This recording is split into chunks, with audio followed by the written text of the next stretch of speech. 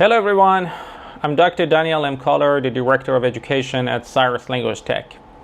At Cyrus Language Tech, we focus on two missions. First, we provide educational and technology consultations to different stakeholders, say educational institutions and corporations. Second, we deliver corporate language training to help employees enhance their communication skills in different areas, say business conversations, presentations, negotiation strategies, and elevator pitches. To further support our mission of enhancing communication, I'm excited to launch a series of vodcasts. In each episode, I'll be speaking with leaders and experts from different domains and industries to bring their knowledge, experiences, and insights directly to you. In today's episode, I'm having a conversation with a cybersecurity analyst, Sophia, who has an extensive experience in the field. Together, we'll talk about a range of topics. For example, what cybersecurity is, the role of cybersecurity analyst, and emerging trends, challenges, and much more. I hope you enjoy this episode. All right, how are you, Sophia? I'm good. Thank you, Danielle, for having me. Thank you for accepting my invitation to join our vodcast. Okay, why don't you tell us a little bit about yourself and why you have chosen this area? Well, it all started in the military. I came across cybersecurity the first time there, and I kind of learned what it was all about, and I learned how important it is, and how big this field. And after I got discharged, I was thinking, what should I study? Because I don't want to jump into the first thing I come across. And I was looking for other fields. And then I realized maybe I should go to computer science, because computer science covers a lot of ground. Whether it's programming or algorithms, cybersecurity, mathematics. So I can study all of these things and just see what fits me the most. And it's funny that the only class that was really interesting, and actually I was sitting in the first row and participating, it didn't happen in any other class. And kind of having like a private lesson with a teacher was the cybersecurity. And I had few of them, and all of them were very, very interesting. And I just realized that this is my destiny and this is what I should do in my life. Very cool. Let me start with your responsibilities. What are your primary responsibilities as a cybersecurity analyst? So in a nutshell, protect organization for cyber threats. It's called the blue team also in more professional slang. The blue team is the people who protect, and the red team are doing like the opposite. Mm-hmm. Let me stop you right there. So the blue team is taking care of the protecting the organization, data, and everything. And what about the red team? The red team is doing everything legal. These are not cyber criminals. They're legal workers, but they just do penetration tests, it's called. These are tests to evaluate how strong cybersecurity in organizations. So this is one of the things that red team do. They create tools that test network security and stuff like that. Mm-hmm. Yeah, it's more like the offensive side called, and I'm on the defensive side. Okay. Yeah, you were saying about your responsibilities. Yes.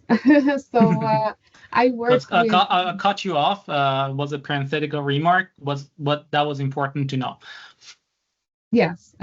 So in my job, I work with security products, which monitors everything that happens on the computer and raises alerts of suspicious behavior or files. And I, as an analyst, I gather all the necessary data.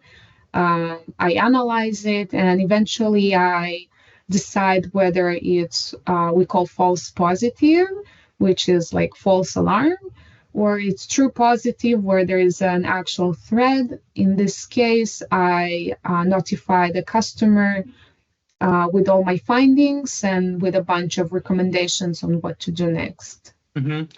Let's talk about the threats, the types of the different types of threats. What are the most common types of threats you deal with, and which ones you consider the most dangerous? I will classify all files to three different categories, let's say. Safe, PUA, which is a potentially unwanted application, and malicious.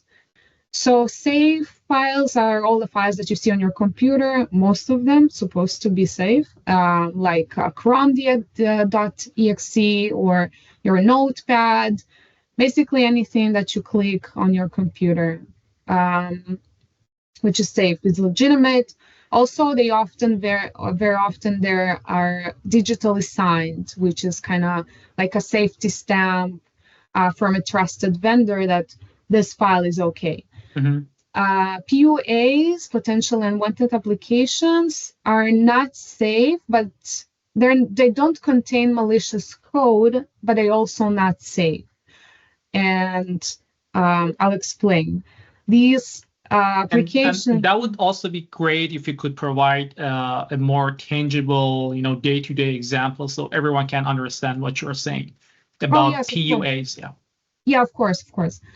So PUAs are programs that are not malicious, but they do some stuff that the user doesn't know, like changing browser settings or system settings. They can slow down the computer. They can display advertisements, and very often also download additional applications without the knowledge of the user. And a really, really typical example that I see all the time is uTorrent. This is exactly what it does. It displays advertisements. During installation, it installs... Like the pop-up windows? Yeah. Well, pop-up ads, or they call it. I never used uTorrent, to be honest, Okay. but it's like in the programs that you use and you see like a little banner of advertisement. I guess it looks like that. Right. Or before you open other window. Mm-hmm.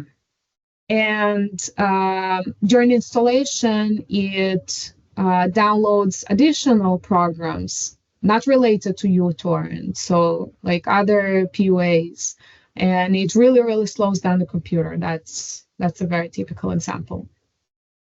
Yes. Do you have a question? Yeah, no, I was waiting for you to finish this part. So we got three types, you said. The safe one, not so dangerous one. We got the second type, which was PUAs, potentially unwanted applications. Yes. And the third one? The third one is the most interesting one, is the malware. So we don't see it very often, thank God. But this is a program written by cyber criminals, and it contains malicious code that is supposed to harm the system or steal data. So it's supposed to do something really bad to your computer or your applications. One of the examples is worms. They typically found on removable drives like USB, and they're known to rapidly replicate themselves. So once you insert your USB into the computer, they will start replicating them itself on your local folders, and this is how they spread. So they spread really, really rapidly. Another example is cryptocurrency miners. Mm-hmm. So I guess we all heard about Bitcoins and Moneros, very like trendy now. Right, yeah. I'm not gonna explain how cryptocurrency is created, but I will say that the creation process is called mining. And technically, not technically, theoretically, everybody can mine cryptocurrency. You just need computer resources. The problem is you need a lot of computer resources. So cyber criminals, like if you do it yourself on your computer, that's totally legal. You can do it yourself. If you have a server, do it fine. But the problem is that now you need a lot of resources. So you have to have a lot of computers or servers. And cyber criminals, they create a malware that infects as many machines as possible and use their resources to mine cryptocurrency. And this is illegal. Right. Yes. So, Do you want to talk about the worst, one of the worst malware? yeah, I was waiting for that. Yeah, so the You saved the cherry. best. You saved the best for last. Of course. So one of the worst is ransomware. It's a malware that Yeah, designed. I like the word ransomware. Yes, I have a joke about someone from cybersecurity ran somewhere. Right. Doesn't matter. So this malware is designed to block access to files in the system by encrypting them. So, for example, if you got infected by ransomware and you try to open one of your files, you will just see a gibberish, and you will not be able to use the apps or files, documents. Everything is encrypted. And the only way to regain access is by paying the ransom to cyber criminals and get from them in return the decryption key. You have to have the decryption key. Otherwise, you cannot. It's very unique. You cannot decrypt otherwise. And companies are, they prepare for this kind of malware to hit them. So what they do is just back up all their data and store it in an isolated place, not accessible in network. The only access is just physically go there and take the backups. So what the cyber criminals did, so they were smart and they figured, okay, if you have backups, I will steal your data before encrypting it and then encrypting it. So now you as a victim, you can restore all your data, which is great. So you theoretically you don't need me and my decryption key, but I have all your sensitive data, and cyber criminals know how to find the most sensitive, like financial reports, SIN numbers of employees, emails, phone numbers, everything. So they get all the data and they say, well, you got backups. This is great for you. But if you want your data, your sensitive data back, you should pay us. And this is called double extortion ransomware. Right. You kind of touched upon my next question. I want to ask you, what do generally cyber criminals do with this stolen data? So there is like a marketplace for cyber criminals. It's in the dark web. Usually usual users like are not going there. Marketplace for criminals. Yes, exactly. Facebook marketplace. And they trade there this information. Oh, wow. There are like multiple credit card numbers going there, like everything, and they just sell and buy it. A lot of other cyber criminals are buying this information to attack later the same company or the victim. I've seen that. Also, they tend to publish the sensitive data, like partial data on the internet, like in legitimate, like regular websites, just as a proof that they have the information, and also to put pressure on the victim, the organization, to pay the ransom. Yeah, like hush money. Yes. And okay, speaking of threats and all the categories you've just explained, how do you stay updated on the latest cybersecurity threats or cyber threats? Well, you have to be updated because Yeah. this world is changing all the time. New malware is coming out all the time. The best way is just to be connected to the news. Um, you can't keep up with all the malware that is coming out because every day there are new malware. But you can read about the big cyber criminal groups and new malware and new vulnerabilities through news and also blogs that researchers are publishing. So usually what they take a malware, usually I think it's like from their inside like cases from the company. They just take a malware, analyzing it, uh, deep analysis with reverse engineering and everything. They show all the screenshots, and you can learn a lot from it, like how the malware behaves and what to expect from it. Um, it's sometimes very crucial, and it can save your customers from malware because if you know what you're dealing with. For example, like if an average cybersecurity analyst doesn't read news, they will probably not know that about 3 weeks ago, one of big cyber criminal groups started using a legitimate program in their attacks. Right. So, do you want to hear about the attack? Yeah, sure. And also, I want to ask you another question, but I'll wait. I keep my question. I'll let you finish this part. I want to ask more about different means by which you or people like you expose themselves to latest trends, latest knowledge sharing, like conferences, academic papers, and things like that. Yeah. But I'll let there you are a finish. lot of conferences. Yeah. Yeah, okay, I will address this after that. Just like a small example that there is a legitimate tool called IP Scanner. It's an application, a program that scans ports and IPs. It's usually used by IT people like admins. Regular users are not using it.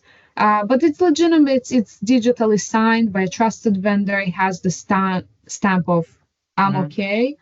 But threat actors started using it and spreading malware using like from inside the program, the legitimate program.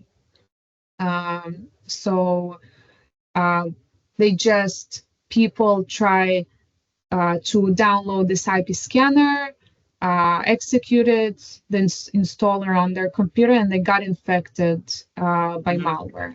So after I read it, for example, and now I know that if I see IP scanner, it could be an indication of malicious activity. Not necessarily because a lot of organizations are using it, but it could be. So it will make me check a little bit more deeper to see if it's legitimate or not. While a person, an analyst who doesn't read anything will just keep going and like allow this activity without even checking it.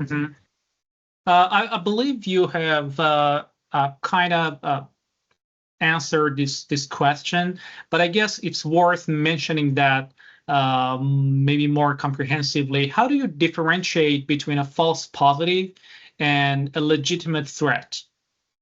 Oh, okay. So when I start analyzing, I kind of have like a bar of in my head, like I imagine a bar from one side is safe and from the other side is malicious. And when I start to analyze and collect data, every detail and every discovery moves my decision to one of the sides.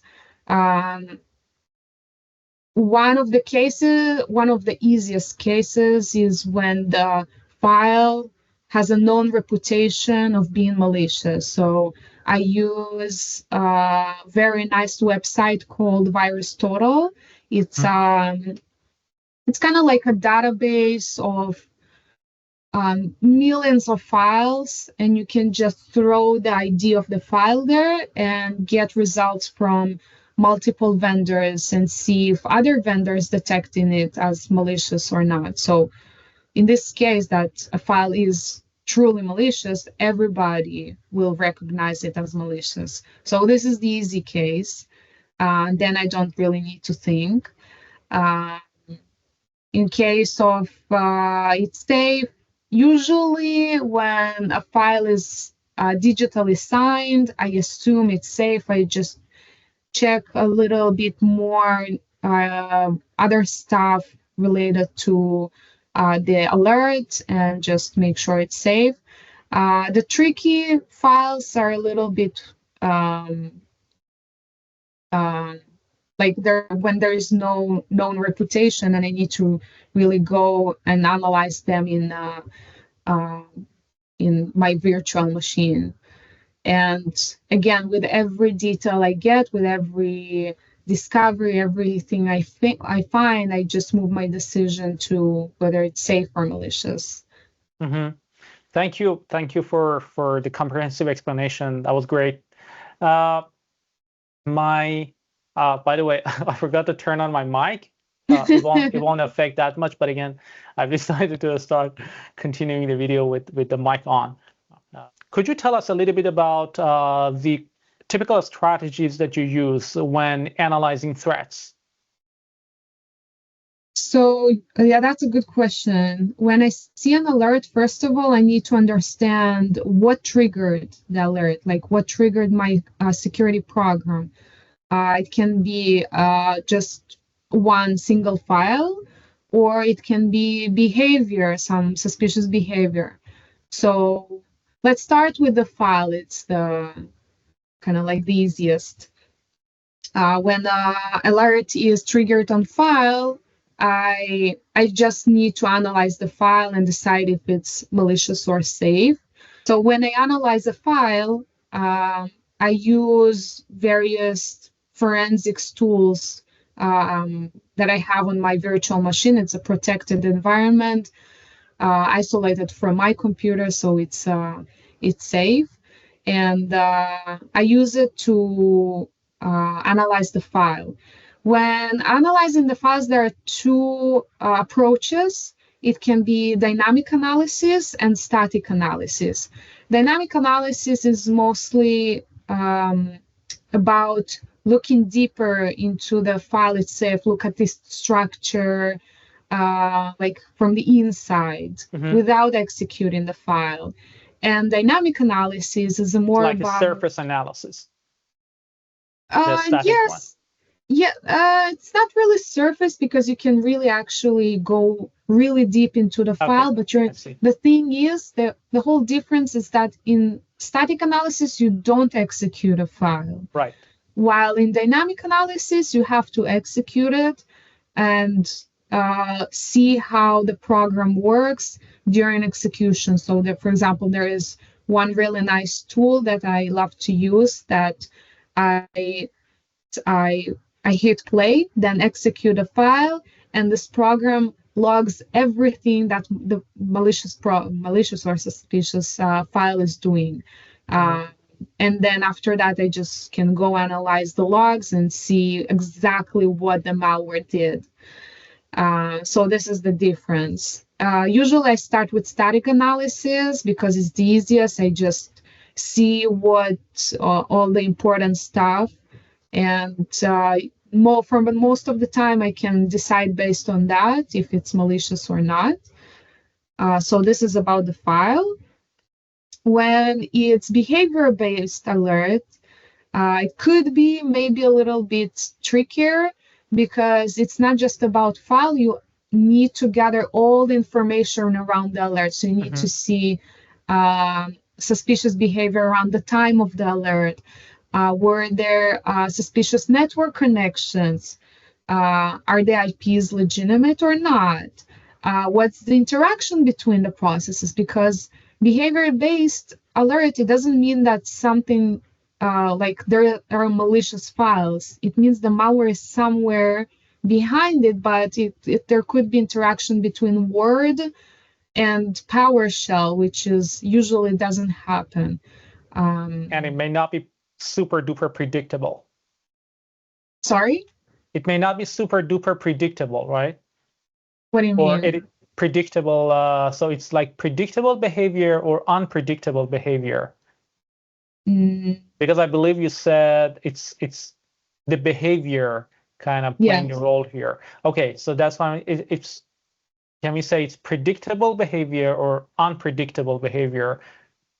Or when it's predictable, so I guess it's fine. It's legitimate, but it's okay. So genuinely, it is unpredictable, which makes it dangerous. Yes. All right. Yes. Maybe I would use unusual interaction between files. If someone doesn't know, PowerShell is like this kind of blue terminal, like where you can write commands, and the average user doesn't use PowerShell ever, but IT people and cyber criminals use it all the time. It's a great tool. So when there is an interaction between PowerShell and Word, for example, like a document, it's kind of like what's happening here. Right. And both of them legitimate. Yeah, PowerShell is assigned, Word is signed, but I need to figure out what's the interaction and if it's legitimate. So yeah, here I need to gather as much information as I can about the entire alert, maybe previous alerts or maybe previous activity on this machine can help me determine whether it's legitimate or not. All right, let's talk about AI. How has AI been affecting cybersecurity analysis? Yeah, AI is very hot now. Yeah, it's a heated discussion.